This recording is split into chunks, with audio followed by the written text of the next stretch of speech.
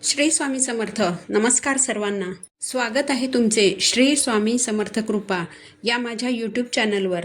तुमचा आजचा दिवस सुखाचा, आनंदाचा आणि मंगलमय जावो हीच मी स्वामींच्या चरणी प्रार्थना करते आणि आज या नवीन व्हिडिओला सुरुवात करते. येत्या 13 ऑगस्ट पासून पवित्र असा श्रावण महिना सुरू होणार आहे. श्रावण महिना हा भगवान शिवशंकरांना समर्पित आहे. शिवभक्तांसाठी तर हा महिना म्हणजे उत्सवाचा काळ असतो. या श्रावण महिन्यामध्ये येणाऱ्या 4 किंवा 5 सोमवारी अनेक शिवभक्त उपवास करतात आणि भगवान महादेवांची विधिवत पूजा करतात. या श्रावण महिन्यात बघा, काही जण हे सोमवारी भगवान शिवासाठी उपवास करतात आणि माता पार्वतीसाठी मंगळवारी उपवास करतात. श्रावण महिना हा भगवान शिवशंकरांच्या उपासनेचा महिना असल्याने अनेक जण या संपूर्ण महिन्यात उपवास करतात किंवा कठोर शाकाहार घेतात. तर या श्रावण महिन्यामध्ये आपण ज्या काही सेवा आणि उपासना करतो त्यांचं आपल्याला 100% फळ मिळण्यासाठी आपल्याला व्रतासोबतच आणि भगवान महादेवांच्या पूजेसोबतच काही महत्त्वाचे नियम देखील पाळायचे असतात. तर आज या व्हिडिओमध्ये मी तुम्हाला अतिशय महत्त्वाची माहिती सांगणार आहे. या श्रावण महिन्यामध्ये तुम्ही एक वेळ व्रत नाही केलं तरीही चालेल, पण 4 पदार्थ असे आहेत जे की तुम्ही या श्रावण महिन्यामध्ये अजिबात खायचे नाहीत. नाहीतर तुम्ही केलेल्या व्रताचं फळ तर तुम्हाला मिळणार नाहीच, उलट माता लक्ष्मी तुमच्या घरातून काढता पाय घेईल. म्हणून या श्रावण महिन्यात उपवास करताना किंवा शाकाहारी जेवण घेत असताना हे 4 पदार्थ तुम्ही चुकूनही खाऊ नका, ज्यामुळे तुम्ही करीत असलेले व्रत जे आहे तर ते भंग होऊ शकते. तर असे कोणते 4 पदार्थ आहेत जे आपल्याला या श्रावण महिन्यामध्ये चुकूनही खायचे नाहीत, याबद्दलची संपूर्ण माहिती आज या व्हिडिओमध्ये मी तुम्हाला सांगणार आहे. यासाठी तुम्ही व्हिडिओ शेवटपर्यंत ऐका. चॅनलवर नवीन असाल तर सबस्क्राईब करा आणि असेच माहितीपूर्ण व्हिडिओज पाहण्यासाठी बेल आयकॉनला देखील प्रेस करा. तर बघा, या श्रावण महिन्यामध्ये आपण सर्वच जण श्रावण सोमवारचं व्रत करत असतो, पण तुम्ही श्रावण सोमवारच्या व्रताला वरीचं सेवन केलं जात नाही. वरी म्हणजे जिला भगर देखील म्हटलं जातं. श्रावण सोमवारच्या व्रतामध्ये भगरचं सेवन हे पूर्णपणे वर्ज्य मानलेलं आहे. इतर जी व्रतं आहेत त्यामध्ये वरीचं सेवन केलेलं चालतं, पण श्रावण सोमवारचं व्रत करत असताना तुम्हाला चुकूनही वरीचं सेवन करायचं नाही. म्हणजेच तुम्ही जर श्रावण सोमवारचं व्रत करत असाल तर भगरीचं सेवन अजिबात करू नका, नाहीतर तुमचं व्रत भंग होईल आणि या व्रताचं जे फळ आहे तर ते तुम्हाला मिळणार नाही. याचबरोबर कोणतंही व्रत करत असताना अनेक प्रकारची फळं खाल्ली जातात. काही जण तर फक्त फलाहार घेऊनच व्रत करतात. परंतु श्रावण सोमवारचं व्रत करत असताना तुम्ही चुकूनही फणसाचं सेवन करायचं नाही. फणस हे जे फळ आहे तर ते श्रावण सोमवारच्या व्रतामध्ये वर्ज्य मानलं जातं. जर तुम्ही श्रावण सोमवारच्या व्रतामध्ये फणस हे फळ सेवन केलं तर केलेल्या व्रताचं तुम्हाला कोणतंच फळ मिळत नाही.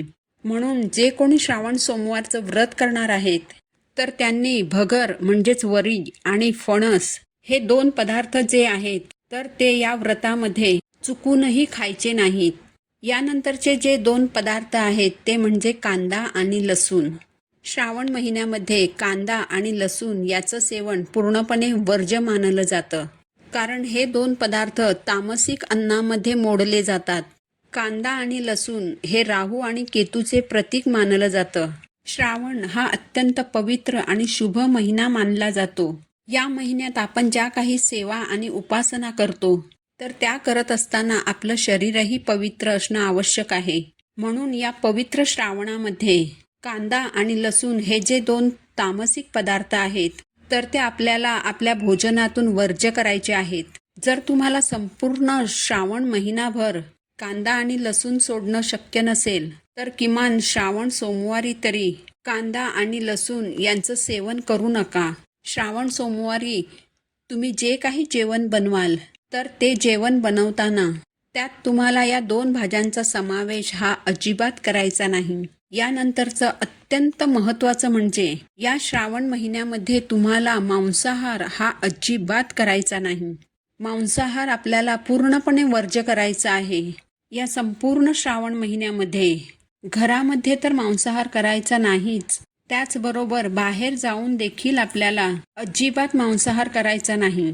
याचं एक कारण म्हणजे श्रावण हा अत्यंत पवित्र महिना मानला जातो आणि दुसरं म्हणजे हा जो काळ असतो हा माशांच्या प्रजननाचा काळ असतो आणि अशा वेळी मांसाहार केल्याने आपल्या आरोग्यावर त्याचे विपरीत परिणाम होत असतात. श्रावण महिन्यात आहाराचं पथ्यपालन केल्यास व्यक्ती निरोगी आयुष्य जगू शकते. श्रावण महिन्यात ऊन आणि पावसाचा खेळ चालू असतो. यामुळे आपली भूक वाढत असते, पण आपली पचनक्रिया मंदावलेली असते. यासोबतच पावसामुळे सर्दी, ताप, खोकला यासारख्या आजारांची साथ पसरलेली असते. म्हणून या काळात आहाराशी संबंधित काही पथ्ये जी आहेत तर ती आवर्जून पाळली जातात. या काळात पालेभाज्या खाऊ नयेत असं सांगितलं जातं, कारण या ऋतूमध्ये पालेभाज्यांवर अनेक सूक्ष्मजीव आणि किटाणूंचे प्रमाण वाढलेले असते. हे किटाणू आपल्या डोळ्यांना दिसत नाहीत आणि या भाज्या आपण कितीही स्वच्छ धुण्याचा प्रयत्न केला तरी हे किटाणू जात नाहीत. म्हणून या काळात पालेभाज्या खाऊ नयेत. या काळात पचनशक्ती कमकुवत झालेली असते, त्यामुळे तामसिक आहाराचं सेवन करू नये असं सांगितलं जातं. यामध्ये तेलकट आणि तिखट पदार्थ, कांदा, लसूण, शिळे अन्न, वांगी, मांसाहार यांचा समावेश होतो. पावसाळ्यात या भाज्या आणि हे पदार्थ पचायला जड जातात, म्हणून या काळात हे आपल्याला आपल्या आहारातून वर्ज्य करायचं आहे. पावसाळ्याच्या या काळात कडधान्य देखील पचायला खूप जड असतात, म्हणून जरी कडधान्य पौष्टिक असलं तरी आहारामध्ये कडधान्यांचा वापर आवर्जून टाळावा. याचबरोबर या श्रावण महिन्यामध्ये अनेक जण दूध आणि दुधापासून बनवले जाणारे जे इतर पदार्थ असतात यांचं सेवन करत नाहीत, कारण या काळात पचनशक्ती अत्यंत कमकुवत होत असल्याने जड अन्न किंवा पचायला जड असलेले पदार्थ खाल्ल्याने पोटाचे आजार होण्याची दाट शक्यता असते. तर मग पवित्र अशा या श्रावण महिन्यामध्ये आपण काय खायला हवं? तर या श्रावण महिन्यात फळांचे सेवन जरूर करा. दररोज कमीत कमी 1 वाटी फळ खाल्ल्याने तुमच्या शरीराला आवश्यक असलेल्या पोषक तत्वांची गरज भागते. याशिवाय तांदूळ, गहू, ज्वारी, नाचणी ही धान्ये आणि अनेक प्रकारच्या फळभाज्या यांचाही आहारात समावेश करा. शिवाय सणासुदीचे दिवस असल्यामुळे गोड पदार्थांचाही तुम्ही आहारात समावेश करू शकता. यामुळे आपल्या पचन संस्थेला थोडी विश्रांती मिळते आणि शरीरातील दूषित पदार्थ देखील बाहेर पडतात आणि आपले आरोग्य चांगले राहते.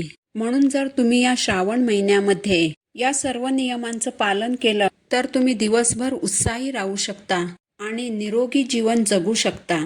ही माहिती जर तुम्हाला उपयुक्त वाटली असेल तर व्हिडिओला एक लाईक नक्की करा. पुन्हा भेटू अशाच एका माहितीपूर्ण व्हिडिओसोबत. तोपर्यंत सर्वांना श्री स्वामी समर्थ.